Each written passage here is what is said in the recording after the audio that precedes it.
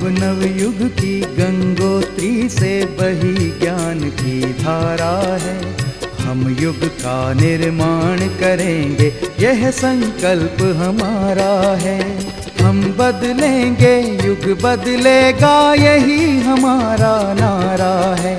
सद्विचार घर घर पहुँचाएं, यह कर्तव्य हमारा है।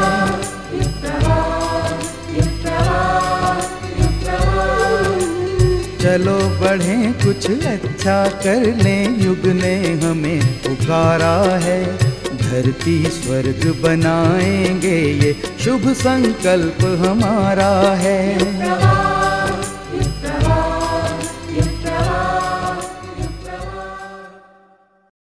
नमस्कार। एक नई प्रेरणा, एक नए उत्साह के साथ हम उपस्थित हुए हैं आज के युग प्रवाह के साथ। आप सभी का स्वागत है। सबसे पहले सुनते हैं परम पूज्य गुरुदेव की अमृतवाणी।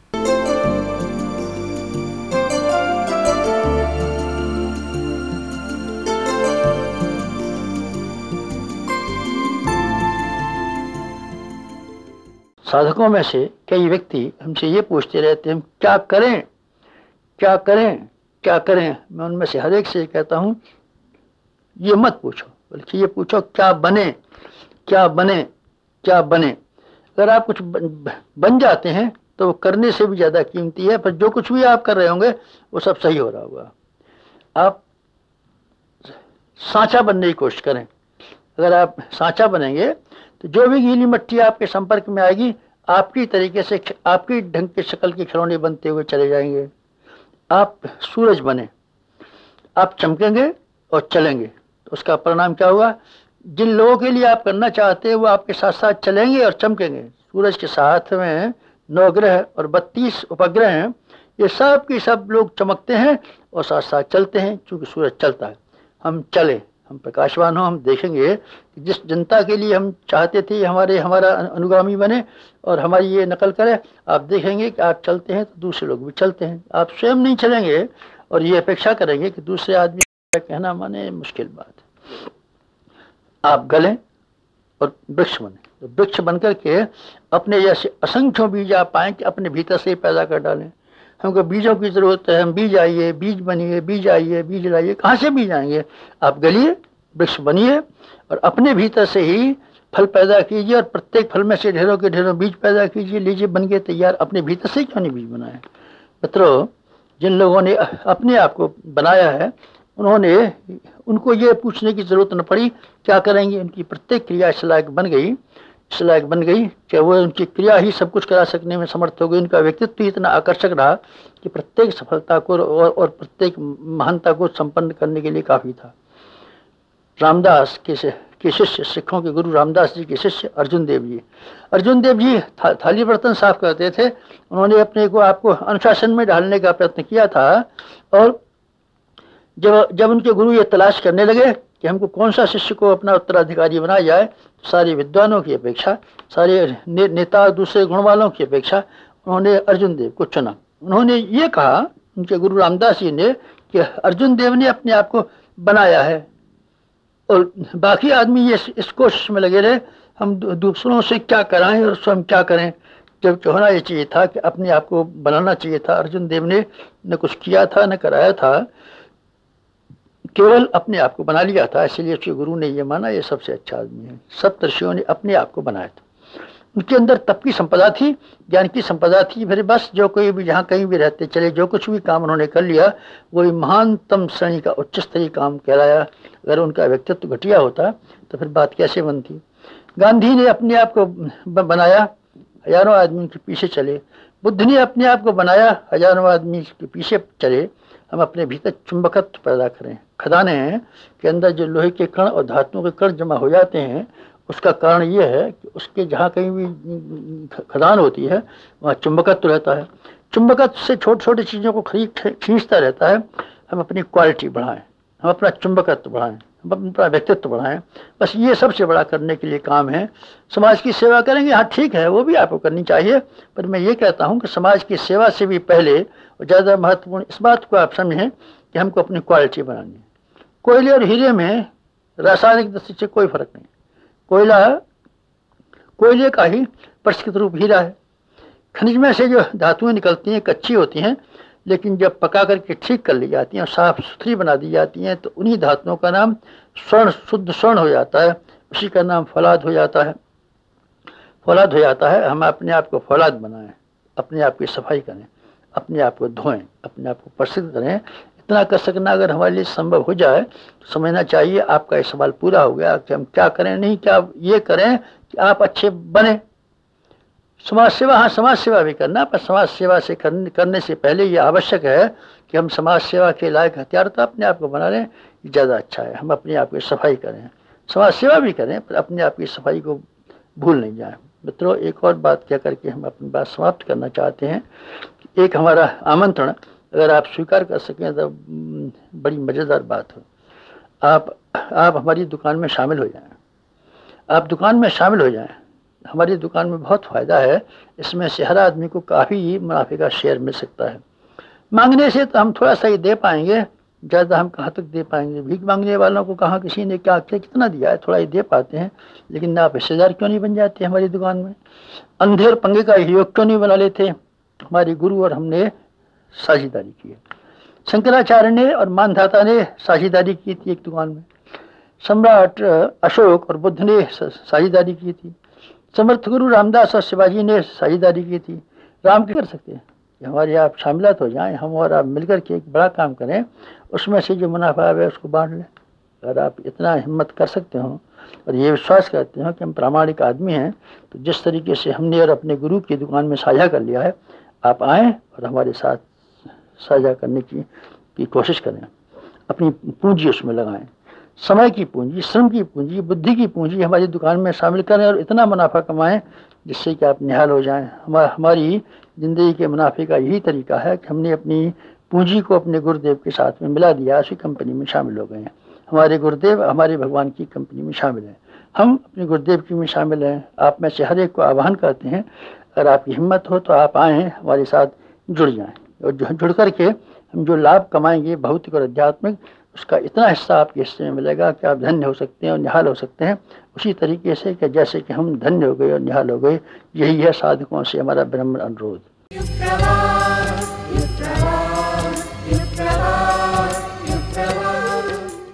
भरे बादल और फले वृक्ष नीचे झुकते हैं, सज्जन ज्ञान और धन पाकर विनम्र बनते हैं। पंडित श्री राम शर्मा आचार्य।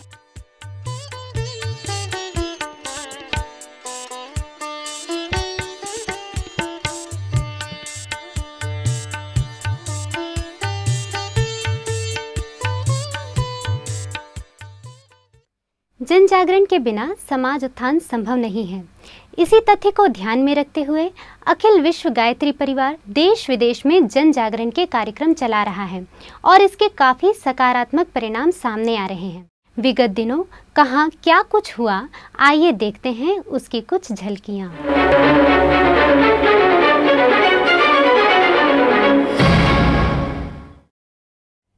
नमस्कार, युग प्रवाह में आपका स्वागत है। गुरु और शिष्य के संबंधों को मजबूत करने का पर्व है गुरु पूर्णिमा। आज के अंक की शुरुआत हम गुरु पूर्णिमा के समाचार से ही करते हैं। आइए देखते हैं शांति कुंज में कैसे मनाया गया गुरु पूर्णिमा पर्व। एक झलक। ओम भूर्भुवः स्वः तत्सवितुर्वरेण्यं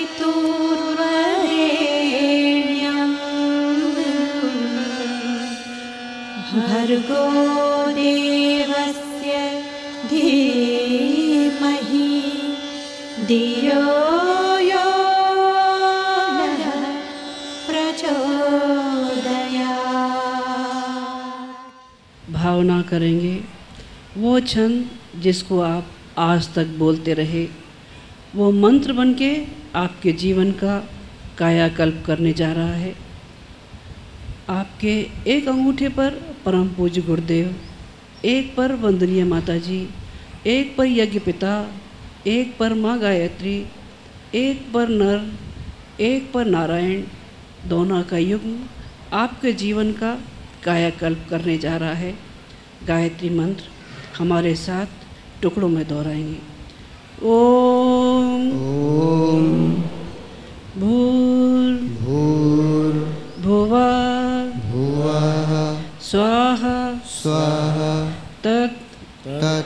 सवितुर वरेण्यं भर्गो देवस्य धीमहि धियो यो नः प्रचोदयात्। ॐ भूर्भुवः स्वः तत्सवितुर्वरेण्यं भर्गो देवस्य धीमहि धियो यो नः प्रचोदयात्।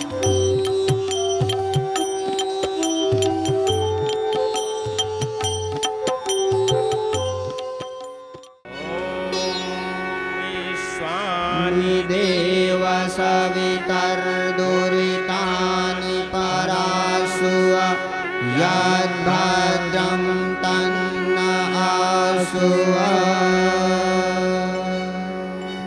गुरुर्गुरुतमो धाम सत्यः सत्यपराक्रमः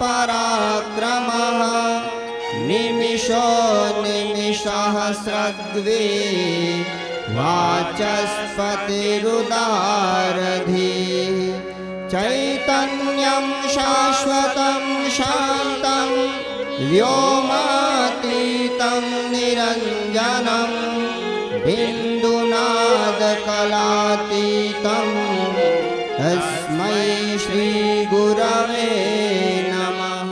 पूज्य गुरुवर शक्ति दे दो साधना अपनी बढ़ाए। गुरुवर शक्ति दे दो साधना अपनी बढ़ाए। आज है गुरु पूर्णिमा प्रभु, आज है गुरु पूर्णिमा प्रभु, आपकी गरिमा बढ़ाए। पूज्य गुरुवर शक्ति दे दो साधना अपनी बढ़ाए। भारतीय संस्कृति की एक परंपरा रही है, गुरु और शिष्य जब मिलते हैं तब अपने कुछ न कुछ चीज़ लेकर मिलते हैं। गुरु अपनी सामर्थ्य, शिष्य अपनी पात्रता, गुरु अपनी सिद्धि, शिष्य अपनी साधना, गुरु अपना अनुशासन, शिष्य उसका अनुगमन लेके जब मिलते हैं तो एक अद्भुत करण सा पैदा होता है जिसका प्रवाह देखते ही बनता है। गुरु और शिष्य दोनों एक स्तर पर रहते हैं और गुरु और शिष्य की जब ट्यूनिंग एक स्तर पर रहती है तब जाकर के मिलना चालू होता है शिष्य को। गुरु तो देता रहता है पर शिष्य को मिलता ही नहीं है। क्यों? ऊपर से पानी आ रहा है, नीचे पानी लेने वाला है ही नहीं, तैयार ही नहीं है। हम शिष्य को जब तक तैयार नहीं करेंगे, अपने शिष्यत्व को अपने अंदर से पैदा नहीं करेंगे, तब तक गुरु की शक्ति हमें नहीं मिलेगी मित्रों। इसलिए आज का गुरु पूर्णिमा का पर्व हमको ये समझना बहुत ज़रूरी है कि हमारे शिष्यत्व को निखारने का पर्व, हमारे अंदर जो एक सोया हुआ एक मानव है उसको महामानव बनाने के लिए अवसर देने का पर्व। ॐ भूर्भुवः स्वः तत्सवितुर्वरेण्यं भर्गो देवस्य धीमहि धियो यो नः प्रचोदयात्।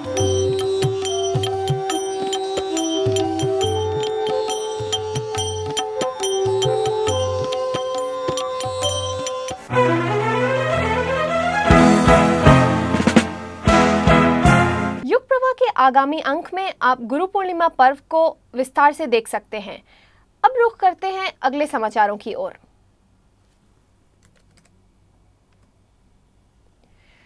शिक्षा और विद्या तभी अर्जित की जा सकती है जब विद्यार्थी के जीवन में एक समर्थ गुरु आते हैं। ज्ञान के भंडार के रूप में वह आते हैं और दीक्षा देकर शिष्य को ऊंचा उठाते हैं। प्राचीन काल की गुरुकुल परंपरा में विद्या की शुरुआत ज्ञान दीक्षा से की जाती रही है। इस युग के जीवंत गुरुकुल देव संस्कृति विश्वविद्यालय ने उसी परंपरा को पुनर्जीवित किया। देव संस्कृति विश्वविद्यालय का 15वां ज्ञान दीक्षा समारोह शांति कुंज में पतंजलि योग पीठ के कुलाधिपति योग गुरु बाबा रामदेव की उपस्थिति में संपन्न हुआ। इस अवसर पर विद्यार्थियों एवं अध्यापकों को संबोधित करते हुए उन्होंने कहा, इस संस्थान के भवन अलग अलग हो सकते हैं और उसकी भौतिक जो ज़मीन है वो अलग अलग हो सकती है, लेकिन दोनों संस्थानों का ध्येय एक है, देव संस्कृति, ऋषि संस्कृति, वैदिक संस्कृति की पुनः प्रतिष्ठापना। देव संस्कृति विश्वविद्यालय के कुलाधिपति श्रद्धेय डॉक्टर प्रणव पंड्या ने विश्वविद्यालय के अनुशासनों के बारे में विस्तार से समझाते हुए विद्यार्थियों को ज्ञान दीक्षा के संकल्प दिलाए।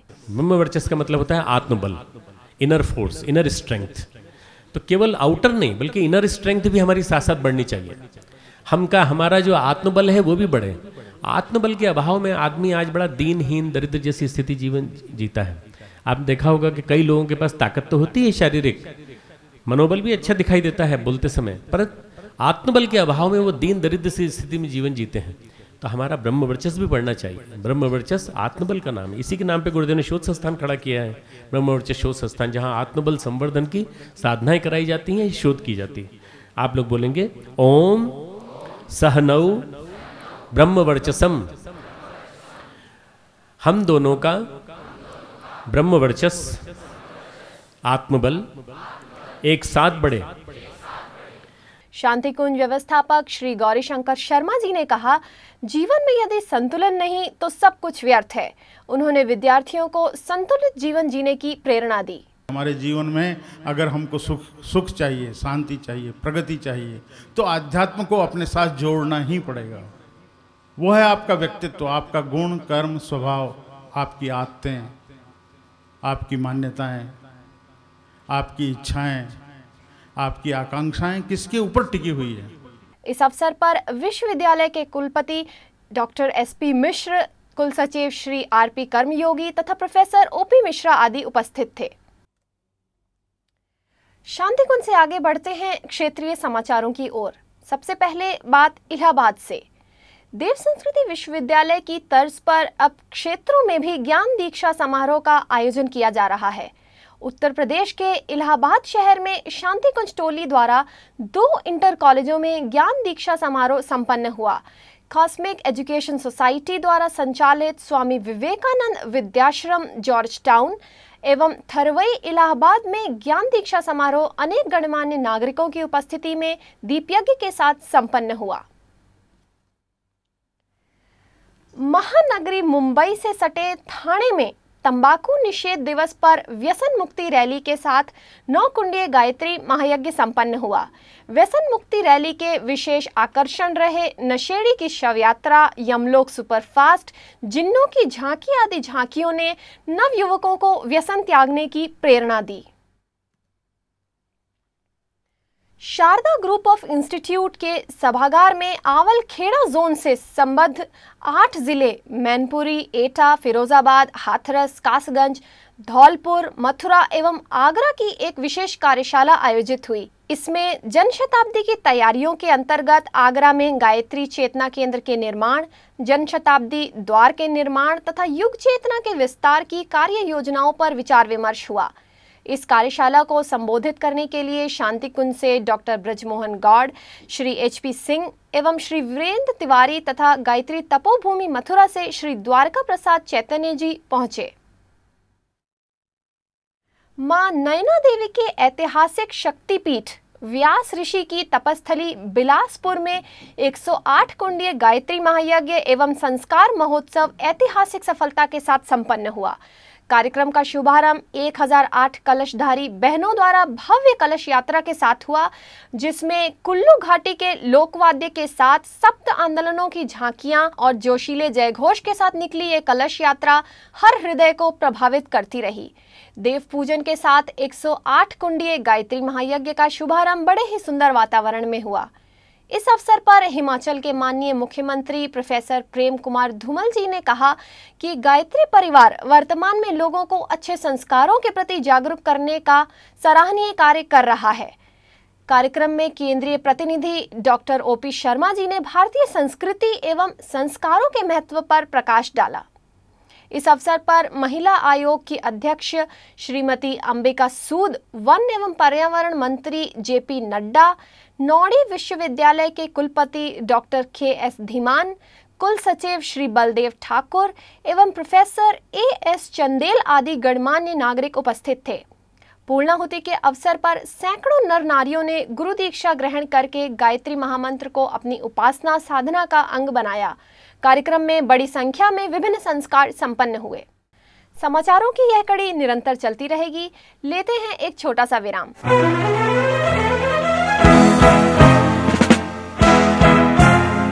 अपने को मनुष्य बनाने का प्रयत्न करो। यदि इसमें सफल हो गए तो हर काम में सफलता मिलेगी। पंडित श्री राम शर्मा आचार्य।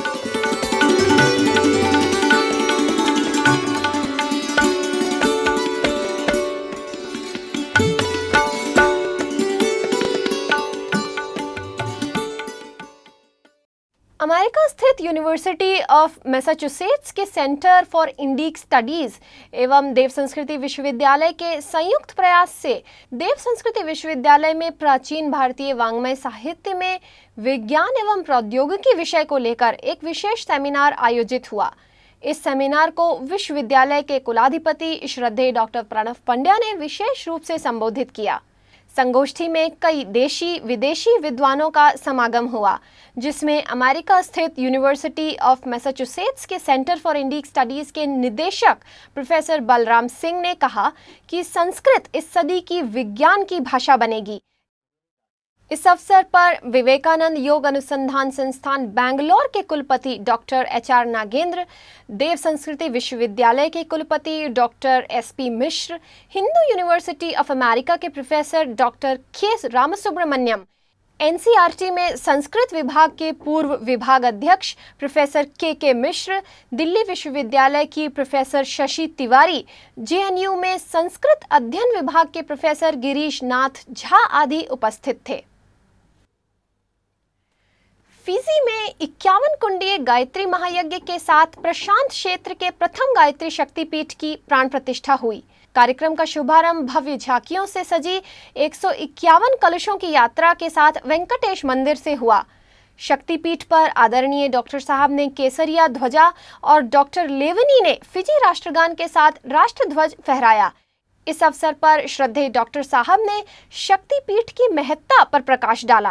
Gayatri is fuel of consciousness.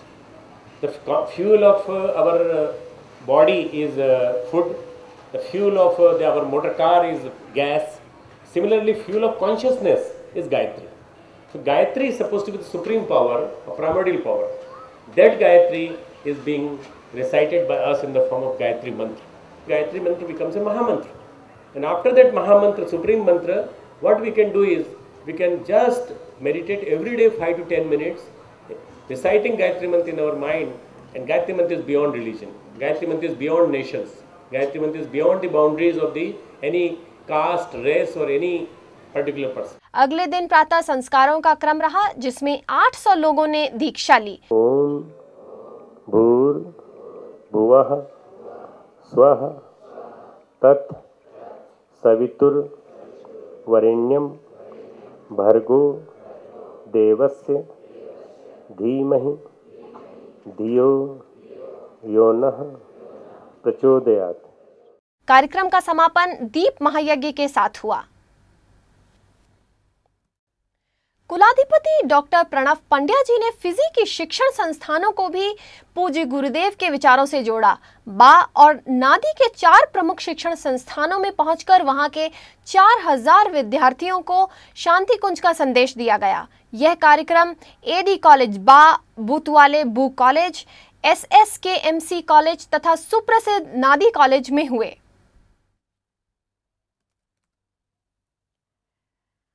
भारतीय संस्कृति ज्ञान परीक्षा समिति दिल्ली द्वारा संस्कार एवं विद्या का शिक्षा में समन्वय विषय पर एक कार्यशाला दिल्ली के RK पुरम में संपन्न हुई, जिसमें वर्ष 2008 में भारतीय संस्कृति ज्ञान परीक्षा के प्रतिभागियों को पुरस्कार वितरण किया गया।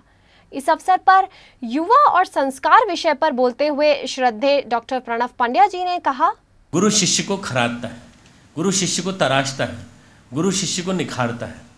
छात्र छात्राओं को तराशना और तराश करके उनको ऐसा योग्य बना देना कि जब समाज में आप जाएंगे वहाँ आपको किसी प्रकार की जो विभिन्न प्रकार की स्ट्रेसेस आए, तनाव आए, उनसे आप कोप कर सकें, उनसे आप जूझ सकें, उनसे जूझने की सामर्थ्य आपके अंदर पैदा हो सके। प्रतिकूलताएं जीवन में आएंगी, दबाव जीवन में आएंगे, परिस्थितियां प्रतिकूल होंगी, पर उन प्रतिकूल परिस्थितियों में कैसे निकलना, यह हमारा संस्कार की प्रक्रिया सिखाती है। इनके अलावा शिक्षा निर्देशक दिल्ली सरकार के श्री चंद्रभूषण कुमार ने शिक्षा पाठ्यक्रमों में संस्कारों का महत्व विषय पर विशेष प्रकाश डाला। आज हमारे यहाँ जो प्रधानाचार्य या हमारे शिक्षक वृंद जो मौजूद हैं, चाहे वो गैर सरकारी विद्यालय से हो चाहे सरकारी विद्यालय से हो, हम सभी का प्रयास ये रहा है कि हम बच्चे को अच्छा परिवेश दें, अच्छा माहौल दें, और एक ये कह सकते हैं कि जो घर है उसको एक दूसरा घर दें। विचार क्रांति अभियान को गति देते हुए रामगंज मंडी राजस्थान में विशाल पुस्तक मेले का आयोजन किया गया, जिसमें परम पूज्य गुरुदेव द्वारा लिखित पुस्तकों की विशाल प्रदर्शनी लगाई गई।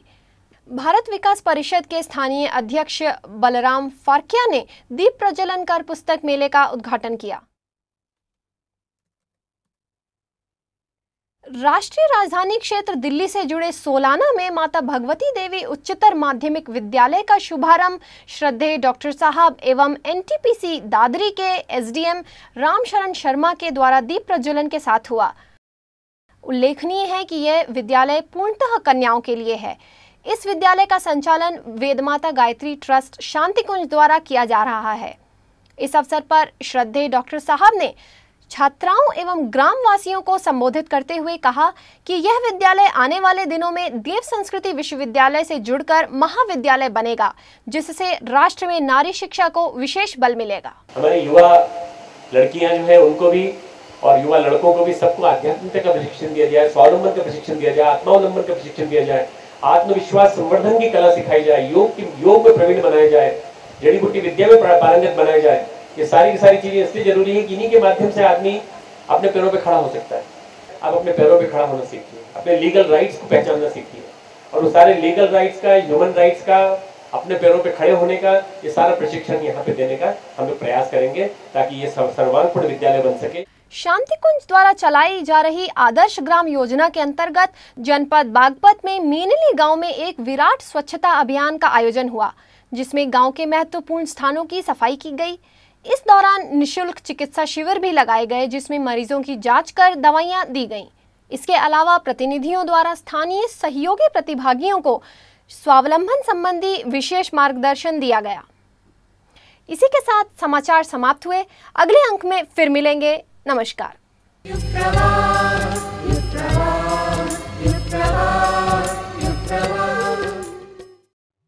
भाग्य को मनुष्य स्वयं बनाता है, ईश्वर नहीं। पंडित श्री राम शर्मा आचार्य।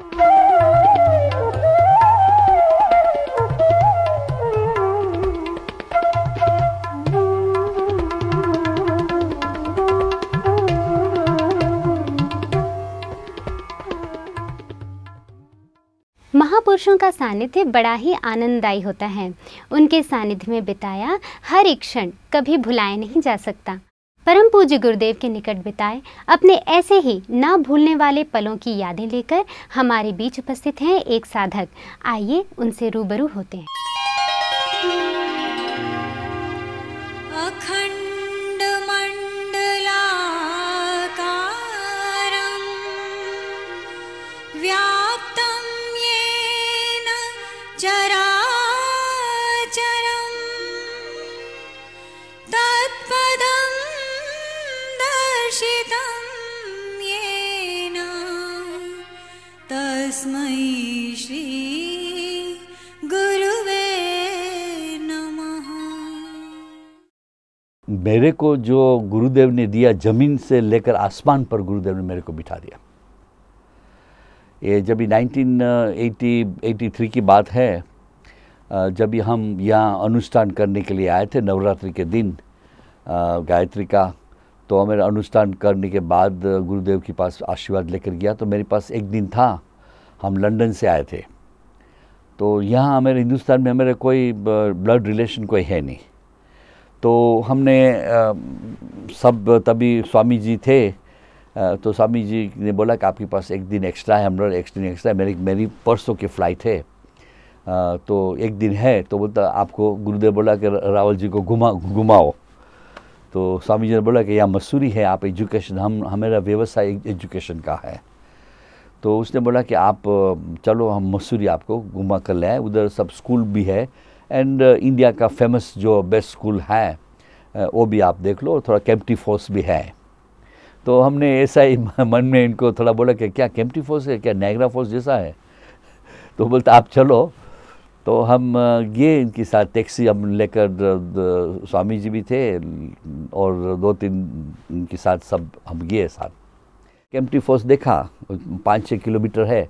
इसके बाद जब भी हम आने लगे तो पता नहीं मन में ऐसा लगा कि भाई वो जो बोर्ड लिखा है कि लैंड फॉर सेल, और हम लोग भी बिजनेसमैन हैं, व्यापारी लोग हैं, तो हमने सोचा चलो हिंदुस्तान में देखे कि भाई ज़मीन का क्या प्राइस होता है, क्या दाम होता है, कैसे होता है। कभी पूछा ही नहीं कौन ओनर है, क्या है, ऐसा ही बस पता नहीं क्या चमत्कार होने जा, ऐसा कर हमने साइन कर चले गए। फिर हम गुरुदेव के पास आए तो गुरुदेव ने मेरे को बताया कि बेटा ये जो ज़मीन है ये तेरे लायक नहीं है। तो वो बोलता तेरे घर कितना है, तू तेरे लंदन में घर है, अफ्रीका में उधर घर है, तो इतना घर को क्या करे, बीबी तो एक ही है ना तेरी, और एक ही बीबी है, तो इतना घर को ये तेरा का करने का काम नहीं है। फिर देखो जो श्रद्धा की बात मैं अभी आपको बोल रहा हूँ, जो भी आदमी को जो श्रद्धा की बात करते हैं, तो अभी कोई भी आदमी होएगा, हमारे फैमिली में भी कोई आदमी होएगा, मेरी वाइफ भी होएगी, पूछेंगे कि चलो गुरुदेव ने आदेश दे कि नहीं करना, नहीं करेंगे। पर आदमी को मन में थोड़ा ऐसा डाउट होता है कि पूछूं गुरुदेव, भाई गुरुदेव क्यों नहीं है, इसको क्या वजह है, कुछ रीज़न है, ये ज़मीन ठीक नहीं है, क्या है? गुरुदेव ने बोला कि तेरे लिए नहीं है, बस ख़त्म, बात ख़त्म हो गया। हमने कुछ बोला ही नहीं। बोला गुरुदेव कोई नो प्रॉब्लम, हमको तो वैसे ही कोई मन भी नहीं था। हमने बोला चलो बाई चांस कर ले कि ये प्राइस मिट्टी के दाम में मिलता है, मन में बोला, पर गुरुदेव ने ना बोल दिया, ख़त्म। फिर गुरुदेव ने थोड़ी दूसरी बातों बोला बेटा तू ऐसा कर, देखो ये जो ज़मीन जो तू खरीदने जा रहा है, ये ज़मीन 1000 साल पहले आज यहाँ बड़ी ऋषि मुनि ने बड़ी तपस्या की थी। ये हिमालय का जो तट है तेरे को मालूम नहीं है, ये तू बोलता है नहीं कि वो जो बर्फ़ बोलता है, ये यहाँ ऋषि मुनि ने बड़ी तपस्या की है। तो ये ज़मीन में बहुत चमत्कारी ज़मीन है, यहाँ कोई तेरा एंटरटेनमेंट के लिए या कोई तेरा मजाक का लिए या ऐसा कोई करने की ये ज़मीन का नहीं है। तो हमने बोला गुरुदेव अभी आप जो बोलते हैं तो आदेश दो, क्या करें? बोलता बेटा तो ऐसा कर, इसको कन्या साड़ा बना, यानी दुनिया में नंबर 1 होएगा तेरा, ये मेरा आशीर्वाद है। हमने बोला ओके ठीक है गुरुदेव, चलो बोल दिया। हमने बोला गुरुदेव बस आपने बोला कि कन्या साड़ बनाना तो बनाएंगे, ख़त्म। फिर अमेरिका चले गए, इसने टोटली मास्टर प्लान लेकर आ गए कम्प्लीटली, एंड इसके साथ इसका पार्टनर पॉल रोनो है, वो अमेरिकन है, वो भी बहुत रिनाउंड के, जो जहाँ पहाड़ों के अंदर काट कर कैसा बिल्डिंग बना, वो इसकी स्पेशलिटी था। तो उसको भी मना कर लाया। वो तो बोलता हमारा मीटर उधर से स्टार्ट होता है मिस्टर रावल। हमने बोला कोई नहीं, तेरा मीटर भी हम देख लेंगे। तो वो भी मास्टर प्लान लेकर आ गया, गुरुदेव के सामने में आए। तो उसने रखा बिल्डिंग का सारा टोटली होल प्लान, इतना बड़ा प्लान कि भाई 10 ईयर्स का एक्सपांशन प्लान बता दिया। गुरुदेव के पास रखा, गुरुदेव के पास गया तो गुरुदेव ने प्लान देखा। तो गुरुदेव के पास तो एक छोटा पेंसिल होता रहते थे, हम जब भी जाते लिखते थे। तो गुरुदेव ने बिल्डिंग में ऐसा चौकड़ा रहा, इसको हटाओ, इसको ऐसा करो, इसको 2 मिनट में गुरुदेव बोला ये बिल्डिंग देखो। वो अमेरिकन फर्स्ट टाइम इसकी लाइफ में इंडिया आया। पहले तो इतना डर गया था, दिल्ली से हरिद्वार आया, इतना डरा हुआ था, बो। हम भी डरते थे तभी कि भाई ये क्या है, कोई एक्सीडेंट ना हो जाए। तो इससे पहले तो मेरे को बोला कि भाई ये आदमी, ये ओल्ड मैन जो बैठे हैं, इसका क्वालिफिकेशन क्या है, भाई इसको क्या पता, मैं वर्ल्ड फेमस जो आर्किटेक्ट हूँ दुनिया का, एंड मेरे को क्या कोई चैलेंज कर सके कि मेरा एज मास्टर जो फोटो मेरे को मिला, जो भी एक्सप्लेन जो किया मेरा पार्टनर ने, हमने प्लान बनाया, किसकी चैलेंज नहीं है कि मेरे चैलेंज कर सके। हमने बोला देखो ये ओल्ड मैन जो भी है वो है, इसने बोला है तो आपको ये करना पड़ेगा, नहीं तो कोई सवाल ही नहीं है। तो ये सब इसका निर्माण ऐसा हमारा मसूरी इंटरनेशनल स्कूल, आज इसको 25 साल हुआ है, इसका ये निर्माण ऐसा हुआ था। बैकग्राउंड बता रहा हूँ। अभी इसके अंदर हमको क्या क्या गुरुदेव ने मिरेकल चमत्कार दिखाए कि जो चमत्कार हम हमारी आंखों से देख रहे, हम खुद महसूस कर रहे, फिर भी गुरुदेव ने मेरे को कभी भी ये महसूस नहीं कराया कि ये जो हो रहा है वो इसकी जो क्या बोलते हैं, इसकी जो तपस्या का जो पावर है ये सब कर रहे। हम गुरुदेव को दर 15-15 दिन मिलते थे, तो गुरुदेव के पास जब भी जाता था कि बेटे तू मांग, तेरे को क्या चाहिए। हमने बोला गुरुदेव देखो आपने सब कुछ मेरे को दिया है, हमें तो क्या है कि हमें कोई भी प्रॉब्लम हो गया, टेंशन हो गया, तो हमने बोला गुरुदेव आप संभाल लेना, मैं यही बोलता था। एंड मेरा काम ऑन द स्पॉट इंस्टेंटली, जैसा इंस्टेंट कॉफ़ी होता है ना, ऐसा मेरा सोलो जब पता नहीं कहाँ से कहाँ क्या कुछ हो जाता है और मेरे को पता नहीं होता है। हम ये कभी कभी सोचता है कि देखो मेरे में ब्रेन है, मैंने सोचा ऐसा किया। इंजीनियर को मैं प्राउडली बोलता था देखो तुम लोग को तो पता नहीं है, तुम लोग आर्किटेक्ट ये ऐसा नहीं ऐसा करो। ये मेरे को ऐसा क्या सब हो गया, थोड़ा घमंड जैसा आ गया। तभी गुरुदेव ने थोड़ा गुस्से में आके बोलता तू क्या समझता है, ये क्या स्कूल तूने बनाया? तेरे को मालूम है मैं 24 घंटे उधर रात को 12-12 बजे पर खड़े होकर तेरी रखवाली की स्कूल की, तेरा एक भी बैग चोरी हुआ है? क्योंकि तभी तो उधर फॉरेस्ट था, इतना बड़ा एस्टेट था, इसमें खाली बाउंड्री बनाने के लिए भी 2 साल लगता है हमको, खाली बाउंड्री बनाने के लिए। कोई नई स्टोर था और हमको कंस्ट्रक्शन इतना दिन रात, अब 1500 लेबरर्स रात दिन काम करते थे। हम गायत्री मंत्र का बड़ा स्पीकर लगा देता, ओम भूर्भुवस्सुवः बोलते बोलते जाते। कोई इंजीनियर बोलता है राहुल साहब अभी ये हो गया, आप गारंटी दो। हमने बोला ओम भूर्भुवस्सुवः गुरुदेव संभाल लेना, करो कुछ नहीं होएगा। एंड ऐसा बस वो जोश कोई और था, गुरुदेव का शक्ति काम कर रही थी और हम मानते थे कि भाई हम कर रहे। तो देन इसने मेरे को सारा महसूस कराया कि मैं 24 घंटे उधर खड़े थे, तेरे एक बैग सीमेंट की भी कोई किसी ने चोरी किया, तेरा एक कोई भी कुछ हुआ, इतने वर्कर काम करते, किसी को थोड़ा सा भी चोट लगने दिया मैंने? इतना बड़ा तेरा तो प्लान ही ऐसा है कि 30-30, 40-40 फुट का तो तेरा रूफ होता है, एक बेला को भी चोट लगने दी मैंने? और तू बोलता है कि मैं कभी आया नहीं तेरे स्कूल देखने के लिए, कमाल है तू। तभी क्या हुआ, तभी इसने मेरे तो आंसू निकल गए। वो बोलता है तेरे को याद नहीं है, मैं याद दिलाता हूँ। मतलब क्या हुआ? इसका स्टोरी ये है, ये मेरा अनुभव की बात कर रहा हूँ। स्टोरी ऐसा है कि मैं जब भी कंस्ट्रक्शन हो रहा था तभी मैं रात को, मैं अकेले थे, मेरे को इधर है ही नहीं रिलेशन, तो मैं बैठा था रात को कि 8-8:30 बजा होएगा, तो मैं अकेला ही था उधर। एक मेरा कोई नौकर था, वो मेरे जस्ट लुकिंग आफ्टर मेरा खाना बना देते थे। तभी तो कैंप जैसा था, हम बैठे थे, मेरी आंख लग गई तो मेरे को गुरुदेव मेरे सामने आए। तो हम लोगों को गुरुदेव अभी आपको रात को यहाँ आने की क्या ज़रूरत थी? क्योंकि मैं गुरु को समझ नहीं सका कि भाई ये भगवान मेरे घर पे आए शक्ति। हम तो बोलते मेरा फ्रेंड आया। हम बोला गुरुदेव आपको रात को आने की क्या ज़रूरत है, आपने मेरे को क्यों बताया नहीं? मैं गाड़ी भेज देता, मैं आ जाता। बोलता तू गड़बड़ नहीं कर, बैठ इधर। क्या? तो गुरुदेव मेरे को देखो, मेरे को चाय बनाना आता है, मेरे को जिंदगी में मैंने चाय का कप भी बनाना नहीं, मेरा I am a spoiled person. तो चाय बाई तो मैं कैसा करूँ? मतलब मैं थोड़ा चाय पीने आया हूँ तेरे पास, ठीक है? अब लोग अभी क्या करना है? तो चल तो राउंड ले, तू मेरे को तो उधर आकर बड़ी बड़ी बातें करता, ये हो गया नहीं, ये करा, चल देख राउंड लगाए। बोले गुरुदेव रात को थोड़ा आज सो जाओ, कल मॉर्निंग में सुबह उठ कर जाएंगे। बोलते नहीं मेरे पे टाइम नहीं है, चल। हम इसी साथ चला, राइट? राउंड राउंड लेकर वो पता नहीं क्या बोलते जाते रहते, और मेरे को याद भी तभी नहीं था। तभी इधर से हटाओ, इधर हटाओ, हम लोग गुरुदेव सब कुछ करेंगे, आप जो भी बोलेंगे, जैसा भी आपने बोला है प्लान में ऐसा ही हुआ है। कोई आपका आदेश कोई किसकी मजाल नहीं है कि चेंज कर सके, इतना तो मैंने प्रॉमिस किया है। हाँ दिखा, अभी ऐसा कर बेटे, ये वो जो हॉस्पिटल का था ने, उसको नहीं, इसके ऊपर ला। बोला ऊपर ला, ऊपर का अभी तो स्टार्ट नहीं किया। वो बोलता मेरे को मालूम है स्टार्ट नहीं किया है, उसको ऊपर ला। ऐसे बात कर मेरे को राउंड लगाया थोड़ा, मेरा काफ़ी, क्योंकि पहाड़ है मोटा, तो पहाड़ में तो कोई स्ट्रेट रोड होता नहीं है, तो हिल करते करते उधर फॉरेस्ट जंगल था, भयानक जंगल था। राउंड लेकर हम आकर बैठ गए। अभी हमने बोला गुरुदेव अभी आप सो जाओ इधर, कि हमें तो एक बेड है, हम नीचे सो जाएंगे, आप उधर सो। मेरे पास कुछ है नहीं गुरुदेव, आप तो गुरुदेव है, लेकिन हमारे पास कोई सुविधा है नहीं। वो नौकर मेरा सो गया है, ड्राइवर नहीं है, क्या करे? तो वो बोलता है कि चलो कोई नहीं। और इसमें मेरा आँख खुल गया और मेरे को कुछ याद नहीं हुआ, सपने आया, मेरे को याद नहीं हुआ। फिर दूसरे दिन हम ऑफिस में गया तो मेरा वो था इंजीनियर, अभी भी वो है। तो इंजीनियर ने मेरे को बोला कि देखो राव साहब, ये जो सिक्योरिटी वाले बोलते थे कि आप अभी रात को इतना रात को 12-12 बजे तक ये राउंड ले रहे, आपको ऐसा लगता है भाई कोई किसी ने आपका बैग चोरी कर लिया, वो कर लिया, तो ये डेंजरस है। यहाँ तो एनिमल होता है, टाइगर भी आ सकता है इधर, क्योंकि वो पहाड़ी है, जंगल है। तो आपको हमारे पर भरोसा रखो, हम ये जो नेपाली है रात को 12 बजे राउंड लेने की जरूरत नहीं। पता नहीं इसी तरह बड़ कुछ बोलते रहते।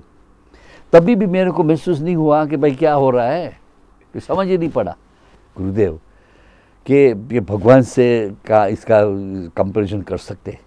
अभी इसका आप देखो कितना सिंप्लिसिटी है। आज कोई भी आप बाबा जी के पास प्रोग्राम करने जाएंगे, एक कॉमर्शियल लोग को, हाँ हमने किया, ये इसने किया, फिर भी वो मेरे को बोलता है कि मैंने कुछ किया नहीं, तेरे कर दिया है। तो ये जो रियल जो आप बोलते हैं, जो संत बोलते हैं, संत रियल संत, ये एक आज हिंदुस्तान में एक ही संत हुआ है। मेरा अनुभव, मैंने भी सब लोग को जो भी आते सम्मान करते, सब स्वामी जी सब मेरे जोड़ी थे, मैं सबको प्रणाम करता हूँ, पर संत आजकल मेरे अनुभव में एक ही संत हुआ है।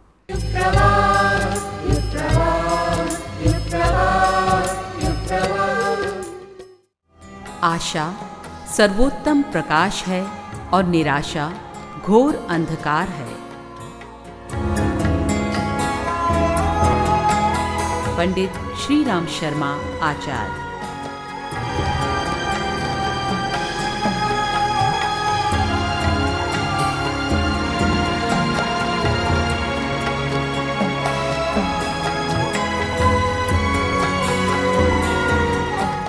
मन के हारे हार है, मन के जीते जीत।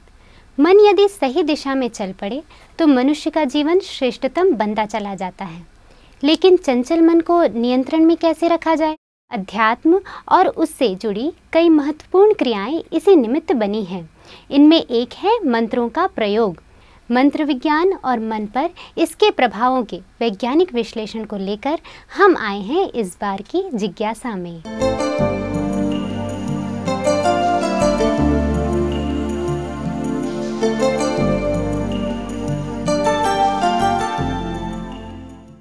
नमस्कार। जिज्ञासा के नवीन संस्करण में आप सभी का स्वागत है। आज हम एक ऐसे विषय के बारे में चर्चा करने जा रहे हैं जिसके बारे में हम समझते हैं कि हमें बहुत कुछ मालूम है। मन और मंत्र, एक ऐसा विषय जिस पे हम हमेशा परिचर्चा करते हैं, और इसी के बारे में आज हमें आगे का मार्गदर्शन देने के लिए हमारे बीच उपस्थित हैं शांति कुंज के वरिष्ठ प्रतिनिधि श्री शरद पारधी जी। भाई साहब, आपका स्टूडियो में बहुत बहुत स्वागत। आज हम जानना चाहेंगे कि मन क्या होता है, मंत्र क्या होता है, कैसे इन दोनों का समन्वय हमें अपनी साधना में आगे बढ़ा सकता है, इस पर आप थोड़ा प्रकाश डालें। ऐसा है कि हम समझते हैं कि हमारा इनसे परिचय है, हम मन को भी जानते हैं और मंत्र को भी जानते हैं, लेकिन ये हमारा भ्रम है। वस्तुतः इनका आपसी जानकारी, इनका आपस में संबंध कैसा है और इसको हम किस दृष्टि से देखना चाहिए, ये जानने के लिए हमको इसके गहराई में थोड़ा चलना पड़ेगा। एक सबसे आसान इसकी परिभाषा है मननात् त्रायते मंत्रः। जिसके मनन करने से हमारा रक्षण होता है वह शब्द होते हैं, तो ये मंत्र के लिए गठित होते हैं, और जब शब्द आता है तो उसके पीछे उसका अर्थ आता है। इस व्याख्या का अर्थ यही है कि उस अर्थबोध का मनन करना यही वास्तव में मंत्र है।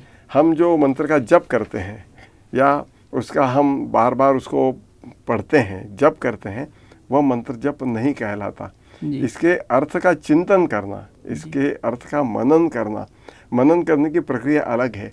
चिंतन आप विषय के अगल बगल के सब्जेक्ट्स को भी साथ में लेके चिंतन कर सकते हो, लेकिन मनन वो होता है कि जब अर्थबोध के ऊपर आपका मन लग गया है और उसके साथ आप डूब गए हैं, उसके साथ आपने तादात्म्य प्रस्थापित कर दिया है, अगर ये होता है तो वो मनन हो। ये मनन अगर आपका सध जाए तो फिर आपका मंत्र होता है, मंत्र जप होता है। मंत्र जो होते हैं ये ध्वनि प्रधान होते हैं, अर्थ प्रधान होते हैं और शब्द प्रधान होते हैं। जी, ध्वनि प्रधान, अर्थ प्रधान और शब्द प्रधान होते हैं। और किसी भी तरह का अगर मंत्र है जी, तो उसके साथ मन शक्ति लगना नितांत जरूरी है। जब तक मन की शक्ति इनके साथ नहीं लगेगी तब तक मंत्र सिद्ध नहीं हो सकता, या मंत्र और मन का आपसी संबंध शुरू नहीं हो सकता। भाई साहब, आप मन शक्ति के बारे में बता रहे थे, हम चाहेंगे कि आप दर्शकों को थोड़ा मन के क्या क्या रूप होते हैं और शरीर में कहाँ ये छुपा होता है, इस बारे में भी थोड़ा बताएं। मन का यथार्थ स्वरूप जानना बहुत ज़रूरी है जी। क्योंकि ये जो हमारा संसार है ना, ये त्रिगुणात्मक संसार कहलाते हैं। हर चीज़ त्रिगुण से बनी है, सत्वगुण, रजोगुण और तमोगुण। चाहे व्यक्ति हो, चाहे पदार्थ हो, चाहे वातावरण हो, ये सब चीज़ें इन त्रिगुण के अंदर भरी हुई है। लेकिन एक विशेषता है, ये त्रिगुण कभी समरूप में सब तरफ उपस्थित नहीं हो सकते, रहते नहीं हैं। प्रसंग विशेष के अनुरूप एक आधा गुण आगे बढ़ता है, 2 गुण सुप्तावस्था में चले जाते हैं। तो रेशियोज अलग अलग, उसके रेशियो अलग होते हैं। जैसे उदाहरण के लिए मैं आपको बता दूं कि श्री रामचंद्र का आयुष्य तो पूरा सतोगुण ही रहा है, पूरे सत्वगुण में रहे हैं। लेकिन उन्होंने जब राक्षसों का वध किया, ये कृत्य तो तमोगुणी है। तो तमोगुण ऐसे सत्वगुणी मनुष्य के जीवन में कैसे आ गए? शिवाजी राजा ने स्वराज्य संस्थापना में कई लोगों को मार डाला। स्वयं शिवाजी राजा एक आदर्श राजा थे, सतोगुणी राजा थे, उनके अंदर भी ये तमोगुण कहाँ से आया? तो हमको ये देखना चाहिए कि एक गुण उपस्थित होता है, किस उद्देश्य से उपस्थित हुआ है। अगर उद्देश्य लोकहित के लिए है, लोगों के भलाई के लिए है, तो वह क्षम्य है। और इसी के रूप में हमको देखना चाहिए कि ये त्रिगुणात्मक रूप में जो हमारा मन है वो कहाँ है। क्योंकि मन की जो उत्पत्ति है ये केवल सत्वगुण से निकलती है। मन की उत्पत्ति सत्वगुण से है, और सत्वगुण का धर्म है, समान धर्म जिसको कहते हैं, वो प्रकाश है। प्रकाश का अर्थ ज्ञान। प्रकाश मतलब एक उजेला। मनुष्य के दिमाग में जब प्रकाश आता है तो उसको जानकारियाँ होने लगती है, ज्ञान होता है। हमारे कई ज्ञानेंद्रिय हैं। हम आँख से देखते हैं, नाक से सूंघते हैं, कान से हम सुनते हैं, इससे हमको ज्ञान का बोध होता है। लेकिन ये बोध इंद्रिय नहीं करता। मेरी आँख एक सुंदर चीज़ देख रही है, मेरी आँख देख रही है, लेकिन इसका बोध मेरी आँखों को नहीं है, या का बोध मन को है। मन को है। ये सबसे बड़ी चीज़ है कि हम मन द्वारा इसका रस ग्रहण करते हैं। हम अच्छा संगीत सुनते हैं तो कान आप निकाल लो तो संगीत कान नहीं सुन पाएगा, मन उसको सुनता है। और ये सब जब वो ग्रहण करने लगता है तो उसके अनेक स्वरूप उसके खुलकर बाहर आते हैं। तो ये मन बुद्धि से फिर कैसे अलग हुआ? ऐसा है कि जो हमारे आधुनिक हमारा मानसशास्त्र है, ये समझते हैं कि मन के 2 रूप होते हैं। एक बाह्य मन और एक अंतर्मन। लेकिन अपने भारतीय शास्त्र में इसको 4 रूप लिए हैं। और इसका नाम आपने कई बार सुना भी होगा। मन, बुद्धि, अहंकार और चित्त। ये उन्होंने कितना अच्छा उदाहरण दिया है कि एक मनुष्य जैसे 4 जगह काम करता है। आप एक जगह काम करते हैं, आप डॉक्टर हैं। जब आप दवाखाने में रहते तो आप डॉक्टर रहते हैं, तब आपकी पहचान एक डॉक्टर के रूप में है।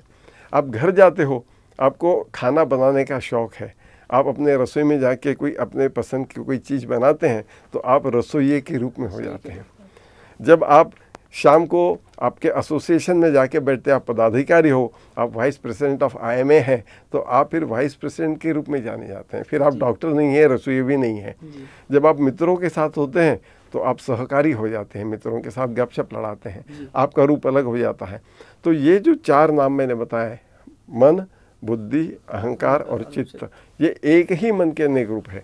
तो मन क्या करता है? जो विचार उठता है वो मन के अंदर से उठता है। तो मन का सबसे पहला काम है विचार करना, संकल्प करना कि मैं आज ये काम करूँगा, आज मैं सब्जी लाने जाऊँगा। और विकल्प भी करता है, लेकिन बरसात आ रही है, सब्जी नहीं लाई, तो फिर विकल्प करता है, ठीक है फ्रिज में दूध है तो मैं दूध से काम चला लूँगा। विकल्प कर लिया, ये काम मन करता है, इसके आगे उसका काम नहीं है। विचार करना, संकल्प करना और संकल्प के विकल्प बनाना, इतना ही काम है। मन का वो स्वरूप जिसे हम बुद्धि कहते हैं वो निर्णय करती है। आप गए, आपने सब्जी लाई, फिर आप दूसरों को बताते आज मैंने बरसात में जाके सब्जी लाई और बड़े सस्ते में लाई। तो आप प्रस्तुतिकरण करते हो, और प्रस्तुतिकरण में मैं आता है, मैंने किया, मैं गया था, मैंने ये किया, वहाँ आ गया अहंकार। ये मन का ही रूप है, वो अहंकार हो गया। और ये सब करते वक्त एक आपके चित्त के अंदर एक गुण बैठ जाता है, वो आपका चित्त है जिसके अंदर ये अंकित हो जाता है। जो आप करते हैं, जो आप सोचते हैं, जो आप कर रहे हैं, इसका एक अंकित हो जाता है, वो आपका चित्त है। और चित्त के अंदर जो संस्कार स्थापित हो जाते हैं वो जन्म जन्मांतर तक निश्चित हो जाते हैं कि आपका मन ऐसा है। आपके संस्कार अच्छे हैं तो अच्छे हैं, और कहीं बुरे संस्कार है तो बुरे हैं, और वो जन्म जन्मांतर तक वही संस्कार चलते रहते हैं। तो क्या हम ये कहेंगे कि मन एक जन्म से दूसरे जन्म में मनुष्य के साथ जाता है? क्या ऐसा कहना ठीक होगा? हाँ, मन तो वही होता है, लेकिन वो विस्मृति में रहता है। पूर्व जन्म की स्मृति जब तक हमको नहीं होती तब तक उस मन को आभास नहीं होता। जब मन को आभास होता है, किसी कारण से पूर्व जन्म की स्मृति उसको आ जाती है, तो फिर वो जानने लगता है कि मैं इस जन्म में ये था, ये स्थान था, ये मेरा नाम था। मन वही होता है। मन, चित्त, अहंकार और आपके बुद्धि, ये आपके साथ जुड़े रहते हैं। आप चाहे जहाँ जन्म ले लो, चाहे जिस योनि में हो। अगर मनुष्य की योनि में आप दोबारा जन्म लेते हो तो इसका निश्चित आपके ऊपर प्रभाव पड़ता है, और ये चित्त आपके संस्कारों को प्रभावित करते रहते हैं। तो भाई साहब, आप मन के जो इस स्वरूप की बात कर रहे थे, चित्त जो एक मेमोरी चिप की तरह काम करता है, तो क्या ये कहना ठीक होगा कि यही चित्रगुप्त है? बिल्कुल, मेमोरी चिप जिसको चित्रगुप्त कहा गया है, गुरुदेव के किताब में उन्होंने कहा है कि जो चित्रगुप्त है ये चित्त के अंदर का गुप्त, चित्त के अंदर एक गुप्त बैठा हुआ है, और वो जो नोट डाउन करता है कि आपने क्या काम किया। आपने अच्छे काम किए तो आपको शाबाशी देता है, अंदर नोट होता है। अगर आप बुरे काम कर रहे हैं, आपने दरवाज़ा बंद कर लिया है, आप कोई देख नहीं रहा आपको, लेकिन आप बुरा काम कर रहे हैं, लेकिन आपका चित्त उसको नोट डाउन करता है, और वो आपके संस्कार बन जाते हैं। और जब तक ये संस्कार साफ नहीं होते तब तक आपकी प्रगति नहीं हो सकती। और संस्कारों को साफ करने के लिए मन और मंत्र, इनका समन्वय होना बहुत ज़रूरी है। ये जब तक आप नहीं कर पाएंगे, संस्कार के ऊपर आपका नियंत्रण नहीं हो सकता, ना आप उसको बदल सकते। हम ये जानना चाहेंगे भाई साहब कि मंत्र के साथ मन शक्ति का समन्वय कैसे किया जाए, और वास्तव में इस मन शक्ति को कैसे बढ़ाया जाए? मन शक्ति को करने के लिए उपाय कई दिए हैं कि इसके लिए आपको जप करना चाहिए, साधना करनी चाहिए, क्योंकि साधना और उपासना ये आपके मन के संस्कारों को परिपुष्ट करते हैं, और ये करते रहना चाहिए। इसके अंदर आपका मनोबल बढ़ाने के लिए आपको समर्थ गुरु की आवश्यकता होती है। ऐसा गुरु जिसका मनोबल बहुत मजबूत है, और जिसका मनोबल मजबूत होता है उसका शब्द अर्थ मंत्र बन जाता है। गुरु स्तरीय व्यक्तियों का मनोबल इतना प्रचंड होता है कि इनको स्पर्श कर सकना भी बड़ा मुश्किल होता है। रामकृष्ण परमहंस का मनोबल इतना विशाल था, उनको स्पर्श कर सके केवल एक विवेकानंद। ऐसे विवेकानंद एक ही थे जो उनको स्पर्श कर सके और उनसे लाभान्वित हो सके। अगर ऐसा कोई व्यक्ति है कि इस मनोबल को स्पर्श कर सके, अपनी मनोशक्ति को बढ़ा सके, उनके साथ तादाद में कर सके, तो इसका लाभ हमको मिल सकता है। और अगर मन शक्ति बढ़ती है तो फिर कोई भी मंत्र ऐसा नहीं है जो आपको लाभ नहीं पहुंचाएगा, क्योंकि मंत्र के कई प्रकार हैं। सामान्यतः 2 प्रकार है, एक वाम मार्गी मंत्र है, एक दक्षिण मार्गी मंत्र है। वाम मार्गी मंत्र वो है जो तंत्र प्रधान है, और एक जो दक्षिण मार्गी मंत्र होते हैं ये सौम्य मंत्र हैं, ये भलाई के लिए मंत्र होते हैं। और इसका सबसे अच्छा उदाहरण है हमारा गायत्री मंत्र, क्योंकि तीनों जो प्रकार है, शब्द शक्ति और अर्थ शक्ति और ध्वनि शक्ति, इसके साथ लगा हुआ है, इसके साथ जुड़ा हुआ है, और इसी के लिए ये सबसे श्रेष्ठतम मंत्र है। और अगर गुरुमुख से मिला है और हम अगर अपनी मनशक्ति उसके साथ समन्वित कर सकते हैं, तो यूँ समझे कि इसके बराबर और कोई शक्ति आपको मदद नहीं कर सकती। और आप कभी शक्तिहीन नहीं रह सकते। भाई साहब, हम चाहेंगे कि आप दर्शकों को बताएं कि क्यों गायत्री मंत्र सबसे महत्वपूर्ण मंत्र है। गायत्री मंत्र सर्वश्रेष्ठ मंत्र मैं इसलिए कहता हूँ कि इसकी परंपरा बहुत पुरानी है। जब से मनुष्य का समाज बना हुआ है और जब से मनुष्य पढ़ना लिखना शुरू जिसने किया हुआ है, चातुर्वर्ण से भी पहले, ये चतुराश्रम जो हमारे आश्रम हुए हैं, इसके भी पहले जो एक मनुष्य जाति थी, तो उगते हुए सूर्य का एक प्रार्थना करने का क्रम उन्होंने शुरू किया था। और जब गायत्री मंत्र उसके साथ उसके समन्वय हो गया, तो गायत्री मंत्र इतना पुराना चला कि लाखों पीढ़ियों से लोग सूर्य की उपासना या सविता की उपासना करते चले आ रहे हैं। संपूर्ण विश्व केम के शिक्षा और दीक्षा का प्रत्यक्ष रूप गायत्री मंत्र है। जितने भी आप शिक्षण देना चाहते हैं पूरे विश्व के अंदर, जो भी शिक्षा पद्धति है या दीक्षा पद्धति है, कि आप एक जीवन जीने की दिशा देकर अपने अपने आयुष्य को, अपने जीवन को ढालने की कोशिश करते हैं, इसका प्रत्यक्ष दर्शन, एक स्वरूप या फिलॉसफी आप कह सकते हैं, गायत्री मंत्र के अंदर है, जो याचना नहीं करता। गायत्री मंत्र एक ही मंत्र है जो भगवान की याचना नहीं करता। अन्य मंत्रों में हम याचना करते कि मुझे फलानी चीज़ चाहिए, इसके अंदर याचना नहीं है। उसमें ये हमने कहा है कि तेजस्वी परमात्मा से हमने ये प्रार्थना की है कि हमारी क्षमता की विकास करने के लिए हमें प्रेरणा दो, और उस प्रेरणा के बल पे हम अपना विकास कर लेंगे। इसलिए ये मूल मंत्र है कि मनुष्य ने अपनी क्षमता का विकास करने के लिए एक प्रार्थना की है, और सर्वश्रेष्ठ परमात्मा से सूर्य भगवान से की है, जहाँ से कहते हैं कि पूरा जीवन दिया जाता है। तीसरा है द्विजत्व जो मिलता है मनुष्य को, दूसरा जन्म जो होता है, कि पहला जन्म तो साधारण जन्म है, लेकिन वो क्षुद्र कहलाता है। क्षुद्र मतलब अविकसित। इसका विकास होता है गायत्री मंत्र की दीक्षा के बाद ही, क्योंकि गायत्री मंत्र ही एक ऐसा मंत्र है जो मनुष्य को दीक्षित करके और उसको एक दिशा देता है, और इसका पुनर्जन्म किया जाता है। इसलिए चाहे जिस वर्ण का हो, गायत्री मंत्र की दीक्षा लेना और अपने द्विजत्व को सिद्ध करना ये बहुत ज़रूरी है। दूसरा कोई मंत्र ऐसा नहीं है कि जिससे हम लोग ये कहें कि हम द्विज बने हैं। द्विज अगर बनना है, दूसरा जन्म लेना है हमको, तो हमको गायत्री मंत्र की ही साधना करनी पड़ती है।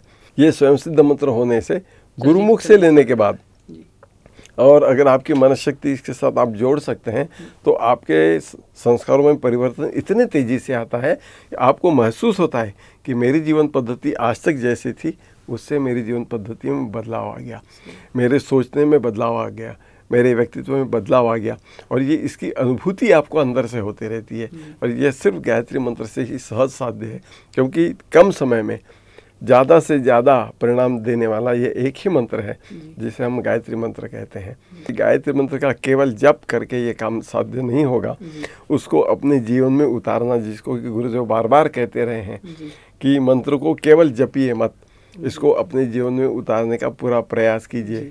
अगर हम अपने मनोबल से, अपने संकल्प से, अपने प्रयासों से, अपनी क्षमता से उसको थोड़ा भी अपने अंदर उतार लें, तो बहुत चमत्कारिक परिणाम हो सकते हैं। गायत्री मंत्र की साधना से कई लोग लाभान्वित हुए हैं, और ऐसे परिणाम निकले हैं जिसको हम चमत्कार, सामान्य लोग चमत्कार कहते हैं, पर ये हमारे श्रद्धा का, हमारे मनोभूमि का, हमारे मन का और उस मंत्र का प्रभाव जब एकत्रित हो जाता है, जब शब्द, अर्थ और ध्वनि एकत्रित हो जाते हैं, जब हमारी मन की शक्ति उसके साथ लग जाती है, गुरुदेव का आशीर्वाद उसके साथ लगा हुआ है, तो ऐसी कोई चीज़ नहीं है जो गायत्री मंत्र से असंभव हो सके। गायत्री मंत्र एक प्रेरणात्मक मंत्र है, दूसरे मंत्रों की तरह याचनात्मक नहीं है। हमें गुरु का आशीर्वाद भी प्राप्त है, मनस्थिति भी मजबूत करने की बात आपने बताई। तो क्यों ऐसा होता है कि जब हम किसी उद्देश्य को लेके साधना करने बैठते हैं तो वो साधना उतने उद्देश्य से फलीभूत नहीं हो पाती, हमें वैसे रिजल्ट्स नहीं मिल पाते जैसा कि हमने सोचा होता है साधना को शुरू करने से पहले? तो आप हमें और हमारे दर्शकों को इसके बारे में थोड़ी और जानकारी दें। मेरे हिसाब से इसके अंदर दो कारण होते हैं। मनुष्य एक लाभ के दृष्टि से जब करता है, सकाम जब करता है, उसकी एक इच्छा होती है कि मुझे तरक्की मिले, मुझे नौकरी मिले, मुझे पैसे मिले, मुझे अच्छी गाड़ी मिले, मुझे अच्छा बंगला मिले, मेरी तरक्की हो। इस उद्देश्य से जब मनुष्य करता है तो उसके जो पुराने कुसंस्कार है उसको कटने में समय लगता है, और मनुष्य आमतौर से बड़ा अधीर हो जाता है। भाई मैंने मंत्र जब चालू किया अभी तक कुछ कैसे कुछ नहीं हुआ, मैंने इतना किया पर कुछ नहीं हो पा रहा। तो दो चीज़ें उसके पैर को पीछे खींचती है, एक तो उसके संस्कार उसको पीछे खींचते हैं जो कुसंस्कार है, और दूसरा उसकी अधीर वृत्ति है कि जो उसको थोड़ा धीरज रखना चाहिए कि ये कटना चाहिए। तो कई बार हमारी व्यक्तिगत आकांक्षाएं इसके आड़े आती हैं जो हमारे हित में नहीं है। हमारी मनोभूमि बहुत कच्ची होती है, हमें हर बार आशंका रहती है कि क्या मैं कर रहा हूँ ये सही है, कहीं गलत तो नहीं हो रहा, या मेरी मनोभूमि इतनी कच्ची, इतना वीक माइंड होता है कि उसका परिणाम हमारे सामने आ ही नहीं सकता। तब तक हमको गुरु पे पूरा विश्वास रख के अपनी मनोभूमि को मजबूत करके अगर हम गायत्री साधना करते हैं, हो सकता है समय लगेगा। मनुष्य का जीवन होता है कितना बड़ा है, अगर उस तरह से देखा जाए कि पूरा जीवन भी लग जाए तो क्या करें, क्योंकि मनुष्य जीवन सिर्फ ये जीवन नहीं है, ये जीवनों की एक श्रृंखला है, एक कड़ी है, इसके अंदर एक जीवन भी निकल जाता है इसके लिए। लेकिन अंतिम भलाई के लिए अगर उसका लाभ होता है तो मनुष्य को इतना अधीर नहीं होना चाहिए। तो हमारा अधीर होना, हमारी कच्ची मनोभूमि, हमारी व्यक्तिगत आकांक्षाएं, इनकी वजह से हमको इसका लाभ नहीं मिल पाता। भाई साहब, आप अपना महत्वपूर्ण समय निकालकर आज स्टूडियो में हमारे बीच आए और हमारे दर्शकों को इतने गूढ़ विषय पे, मन और मंत्र और इन दोनों के समन्वय का एक साधक के जीवन पे क्या असर होता है, इसको आपने इतने सरल तरीके से हमारे दर्शकों को बताया। हमें पूरी उम्मीद है कि हमारे दर्शकों को इससे पूरा लाभ मिला होगा। आपके महत्वपूर्ण समय के लिए और स्टूडियो में आने के लिए बहुत बहुत धन्यवाद।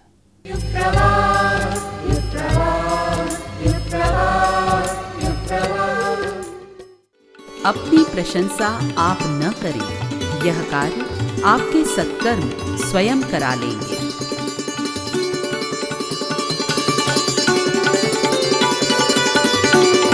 पंडित श्री राम शर्मा आचार्य।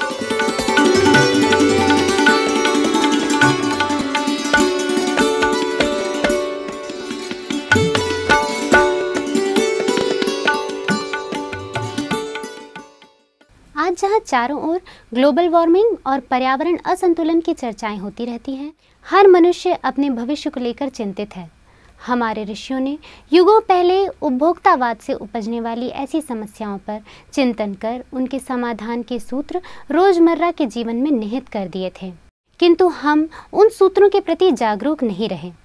पर्यावरण संतुलन के सरल और प्रभावी वैदिक समाधान हम पेश कर रहे हैं इस डॉक्यूमेंट्री के माध्यम से।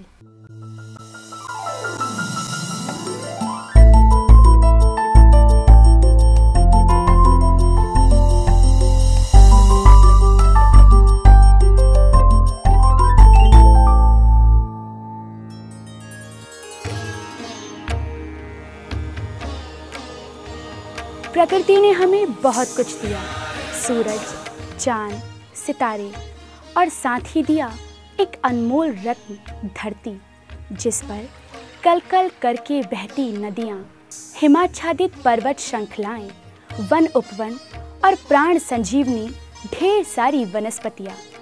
प्रकृति की सबसे अनुपम देन है ये वनस्पतियाँ। एक बार प्रजापति ब्रह्मा जी ने देवी देवताओं को आदेश दिया कि वे अपनी अपनी शक्तियों से विभिन्न प्रकार की वनस्पतियों का सृजन करें। तब सभी देवी देवताओं ने वैसा ही किया। इस प्रकार लक्ष्मी जी ने बिल्व वृक्ष की, कामदेव ने कदम की, यमदेव ने पलाश की और वराहदेव ने दूर्वा व कुशा जैसी वनस्पतियों का आविष्कार किया।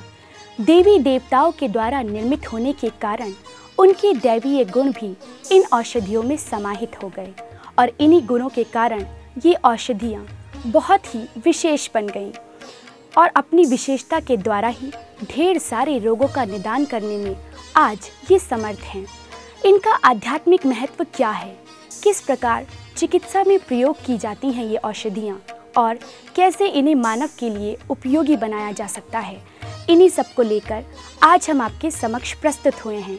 तो आइए इन्हीं सब जानकारी को प्राप्त करने के लिए चलते हैं अपने कार्यक्रम की आगे की श्रृंखला में। सबसे पहले हम शुरुआत करेंगे वट वृक्ष की जानकारी के साथ।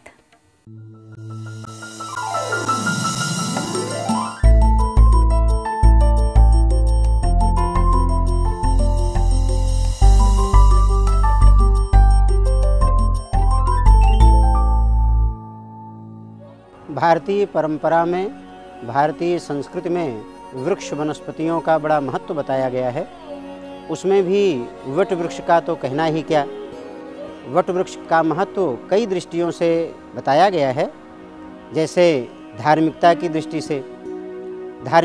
दृष्टि से वट वृक्ष को भगवान शिव का रूप माना गया है। जहाँ गीता में भगवान कृष्ण ने अपने को अश्वत्थ वृक्ष के रूप में कहा और इसी कारण अश्वत्थ को, पीपल को विष्णु का प्रतिरूप मानते हैं, वहीं वट वृक्ष को भगवान शिव का प्रतिरूप मानते हैं।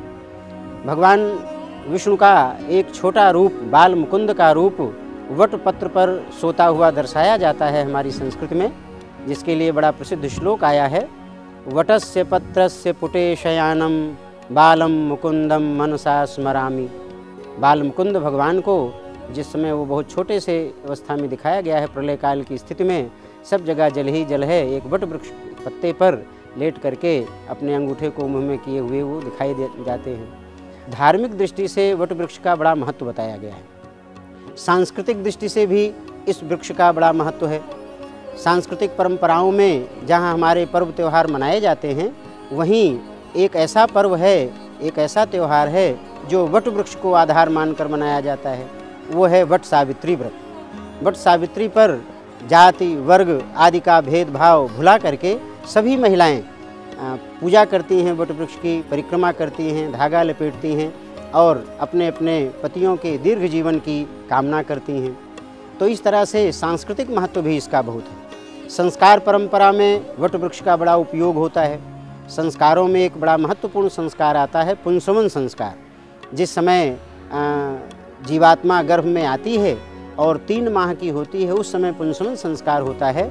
उस समय एक औषधि अवग्रहण का क्रम उसमें रहता है, जिसमें वट वृक्ष की जो जटाएं हैं उसकी जो फुनगी वाला हिस्सा है उसको पीस करके, गिलोय और पीपल की फुनगी भी ले करके तीनों को मिला करके औषधि तैयार की जाती है और उसे गर्भिणी को सुंघाया जाता है।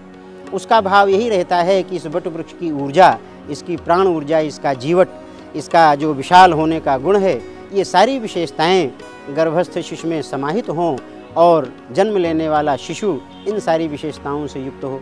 तो इस तरह से सांस्कृतिक दृष्टि से इसका बड़ा महत्व है। पर्यावरणीय दृष्टि से भी वट वृक्ष का बड़ा महत्व है। वट वृक्ष बड़ा विशाल होता है। इस पे पशु पक्षियों का ये बड़ा श्रेष्ठ आधार है, आश्रय स्थल माना जाता है। पशु पक्षी इस पे निवास करते हैं, रहते हैं इसके ऊपर। तो वट वृक्ष जितना विशाल होता है उतनी विशालता उसी परिमाण में यह ऑक्सीजन भी उत्सर्जित करता है। समाज को, मानवता को, प्राणी मात्र को इसके ऑक्सीजन का लाभ मिलता है। जो पशु पक्षी इसके आश्रय में रहते हैं वे इकोलॉजिकल बैलेंस बनाने में बड़ा सहयोगी बनते हैं। तो इस प्रकार से इसका पर्यावरणीय दृष्टि से भी बड़ा महत्व है। इस प्रकार से ये कई दृष्टियों से वट वृक्ष का बड़ा महत्व बताया गया है।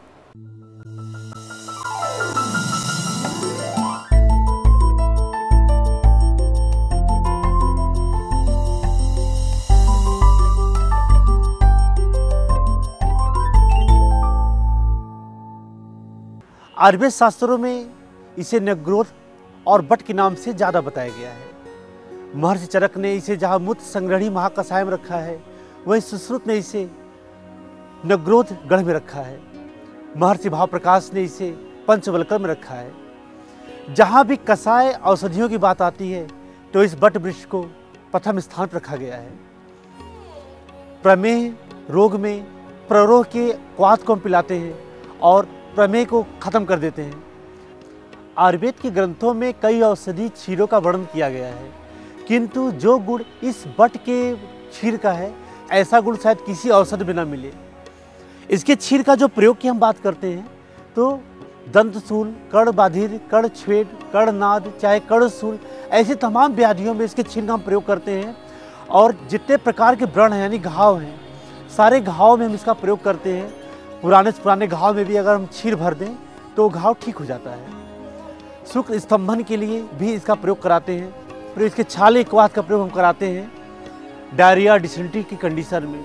अगर डायरिया के साथ ब्लड भी ज़्यादा निकल रहा हो तो इसके काढ़े को 2 या 3 बारी देने से ही डिसेंट्री बंद हो जाती है और ब्लड का भी निकलना बंद हो जाता है। प्रजनन संस्थान में चाहे गर्भाशय शोथ हो, स्वेलिंग हो जाए यूट्रस में, चाहे लिकोरिया हो, चाहे रक्त प्रदर हो, सभी में अगर इसी काढ़े का प्रयोग कराया जाए तो मैं समझता हूँ कि फिर उसे कोई तरह की औषधि लेने की आवश्यकता नहीं पड़ेगी। यह वट वृक्ष का प्ररोह है। मूत्र को बिल्कुल ही ब्लॉक करने का इसका गुण है। आयुर्वेद के ग्रंथों में इसके छाल का भी काफ़ी ज़्यादा वर्णन किया गया है। इसके कुछ कषाय बस्ती का प्रयोग किया जाता है पंचकर्मा में। आज पूरे हिंदुस्तान में कषाय बस्ती का जहाँ प्रयोग होता है वहाँ पे वट के इस छाल का प्रयोग किया जाता है। तो दोस्तों, इस प्रकार आपने जाना वट वृक्ष के गुणधर्म, धार्मिक व आध्यात्मिक महत्व और चिकित्सीय प्रयोग के बारे में। आशा है आप सभी इन जानकारियों से अवश्य ही लाभान्वित होंगे। अपने कल्प वृक्ष के नेक्स्ट एपिसोड में हम और भी ढेर सारी वनस्पतियों के बारे में जानकारियाँ लेकर हाजिर होंगे। तब तक के लिए हमें दीजिए इजाज़त। नमस्कार।